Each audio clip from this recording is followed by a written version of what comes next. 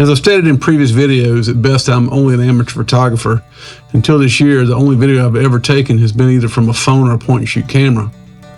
My channel is about driving to rural places and capturing video in those places while driving and walking.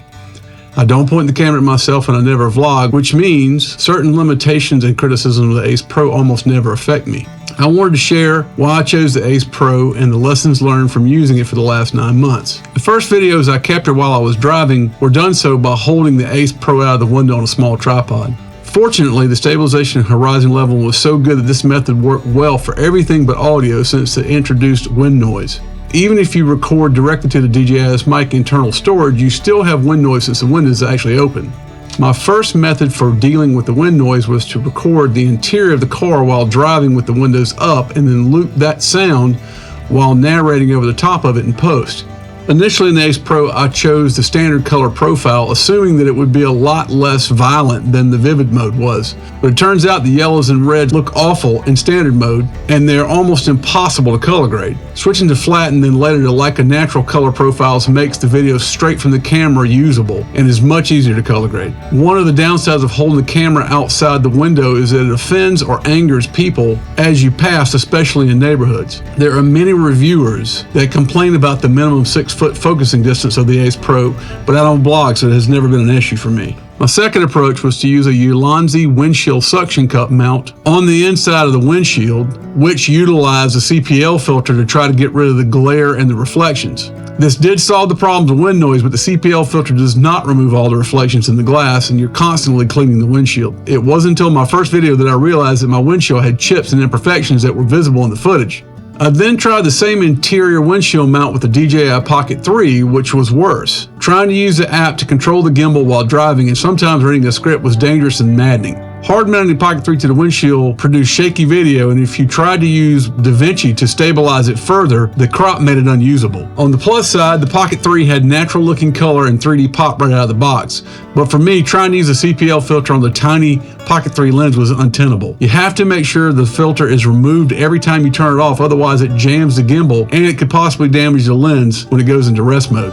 The Pocket 3 is the perfect camera for the vlogger that points the camera at theirself, isn't worried about getting it wet, and doesn't use any tall filters. The Pocket 3 had a lot of great qualities, including great low light performance, but it seemed too fragile to me and more difficult to just point and shoot. After buying and mounting an X4 at the top of my windshield, it started to become obvious that a 360-degree camera would just be a better fit for me and my workflow. By mounting the X4 on top of my windshield with the DJI triple suction cup mount, all I had to worry about was hitting the record button. A 360 camera meant that I could reframe it as many times as I needed to and not be overwhelmed by a bunch of simultaneous tasks. A few important notes about mounting the X4 outside the car. Make sure you clean the windshield each time you mount the camera. 5.7K plus does not make the camera overheat and is close enough to 4K resolution per lens for me. Flow state stabilization is the best product I have seen or used on both the X4 and the Ace Pro.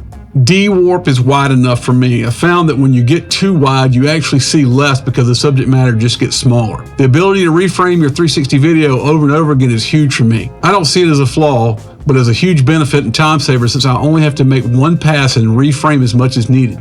Another advantage of having the X4 attached to the front of the windshield is I can actually keep my DJI Mic 2 on the inside of the car with the windows up, connected via Bluetooth. Since the last firmware release, I have had some noises and pops in my audio, so I've started using the DJI Mic 2's internal recording capability until the issue is resolved by Insta360. One mention is if you stand outside the car with the mic recording and clap your hands together, you can actually use DaVinci's automatic sync mode to sync your audio to the video, so you don't necessarily have to record using Bluetooth. So what I've learned so far is that I only want the X4 on the outside of the windshield, and I take the Ace Pro whenever I leave the car. Nearly 100% of the time that I'm shooting on the Ace Pro, it's 4K, 30 frames per second, white balance is on auto, and sharpness is set to medium. Thanks to flat and now the new Leica natural color profiles, I have great footage right out of the camera with little time spent on color grading. The Ace Pro is waterproof down to 15 feet, connects to the DJI Mic 2 via Bluetooth, and the stabilization is class leading. Many of these realizations have happened over the past 2 weeks, so if you're watching older footage of mine, don't be too critical of the Insta360. It's probably my fault and the learning curve. Lastly, Pure Video is Insta360's low light mode, and you can see in this dimly lit warehouse that the dynamic range is still amazingly good. I like the cameras and gear from most of the manufacturers, but when I started the channel, the small sensors, bad low light performance, and lack of high resolutions on the 360 cameras made the Insta360 the only real option for me. The new Ace Pro 2 looks like an even better option for the same price with a new wind noise filter and 2 AI chips instead of just 1. I'm not confident to do reviews because of my short experience shooting video, but 9 months later, I believe my current workflow might be useful for others with similar needs. I hope this video has been helpful, and I will include links in the description with all the attachments I use.